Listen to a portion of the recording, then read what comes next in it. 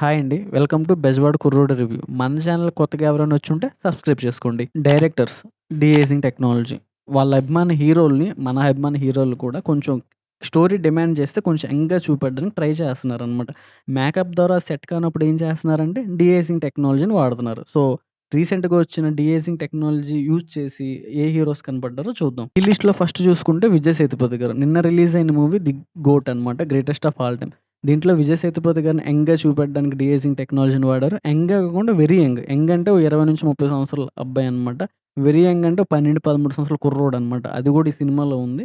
కాకపోతే తెలుగులో అయితే చాలా ట్రోల్స్ వచ్చినాయి ఈ లుక్ మీద. నెక్స్ట్ అమితాబ్ బచ్చన్ గారు ప్లే చేసిన అశ్వత్థామ క్యారెక్టర్ ఇన్ 'కల్కి' అనమాట. సో, దీనికైతే ట్రోల్స్ ఏం రాలేదు. చాలా పాజిటివ్ రిసెప్షనే వచ్చింది అమితాబ్ బచ్చన్ గారి క్యారెక్టర్‌కి. మహాభారత్ రిలేటెడ్ కొన్ని సీన్స్ ఉంటాయి కదా! ఆ సీన్స్ కోసమైతే డీఏజింగ్ టెక్నాలజీని వాడారు. అండ్ సినిమాలో కూడా వర్కౌట్ అయినాయి. నెక్స్ట్ ఈ లిస్ట్‌లో చూసుకుంటే చిరంజీవి గారు యాక్ట్ చేసిన 'ఆచార్య' మూవీ. ఈ సినిమాలో ఒక ఫ్లాష్ బ్యాక్ సీన్ అయితే ఉండిద్ది. చిరంజీవి గారు అండ్ సత్యదేవ్ గారు కలిపి. ఆ ఫ్లాష్ బ్యాక్ సీన్‌లో అయితే చిరంజీవి గారు కొంచెం యంగ్‌గా కనపడ్డారు. కానీ మనం చూసే వాళ్ళకి కూడా ఈజీగా తెలిసిపోద్ది. వేరే బాడీకి చిరంజీవి గారి ఫేస్‌ని పెట్టారని. సో, అప్పట్లో అయితే చాలా విపరీతమైన ట్రోల్స్ వచ్చినాయి. ప్లస్ పాజిటివ్ రిసెప్షన్ అయితే లేదు తెలుగు స్టేట్స్‌లో. నెక్స్ట్ చూసుకుంటే శివరాజ్ కుమార్. అదే 'జైలర్' మూవీలో ఒక కన్నడ యాక్టర్ కేమియో ఇస్తారు కదా! ఆయన శివరాజ్ కుమార్ అనమాట. ఆయనది కూడా రీసెంట్‌గా అంటే ఒక 1 ఇయర్, 1 ½ ఇయర్ అయ్యిద్ది. 'ది గోస్ట్' అనే మూవీ వచ్చిందనమాట. దాంట్లో కూడా ఈయన్ని డీఏజింగ్ టెక్నాలజీ యూజ్ చేసుకొని కొంచెం యంగ్‌గా చూపెట్టడం జరిగింది. నెక్స్ట్ రాబర్ట్ జూనియర్ అనమాట. ఈయనొచ్చేసరికి 'captain America' movie 'civil war' ఉండిద్ది కదా! దాంట్లో యంగ్‌గా కనపడ్డారు. ఈ టెక్నాలజీని యూజ్ చేసుకొని. నెక్స్ట్ చెప్పుకోవాల్సింది కొన్ని సంవత్సరాల క్రితం 'షారుఖ్ ఖాన్' గారు 'ఫ్యాన్' అనే మూవీలో హీరో క్యారెక్టర్ చేశారు. దాంట్లో ఆయన through out the film height తక్కువ ఉన్న క్యారెక్టర్‌గా అయితే కనపడతారు. సో, ఆ మూవీలో ఆయన కొంచెం చాలా సినిమా మొత్తం అలానే అంటే చిన్నోడుగా కనపడతారు. కొంచెం కుర్రాడిలాగా. దానికోసం అయితే డీఏజింగ్ టెక్నాలజీని వాడారు. అప్పట్లో అయితే both positive and negative response అయితే వచ్చింది.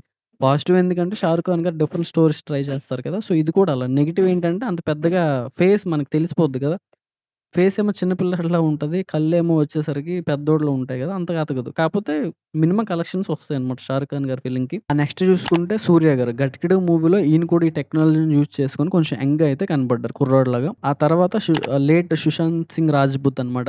అన్‌టోల్డ్ స్టోరీ ఉండిద్ది గదా! 'ధోని' గారి బయోపిక్. సో, ఆ సినిమాలో ఒక క్రికెట్ ఆడతారు స్కూల్ లెవెల్‌లో. ఆ టైంలో చిన్న పిల్లాడిగా కనపడడం కోసం ఈ టెక్నాలజీని వాడుకున్నారు. నెక్స్ట్ చూసుకుంటే 'ఇండియానా జోన్స్' చాలా మందికి తెలిసి ఉంటది. ఈ 'ఇండియానా జోన్స్' గాని మనందరికి పరిచయం అనమాట. ఆయన పేరుతో సంబంధం లేకుండా.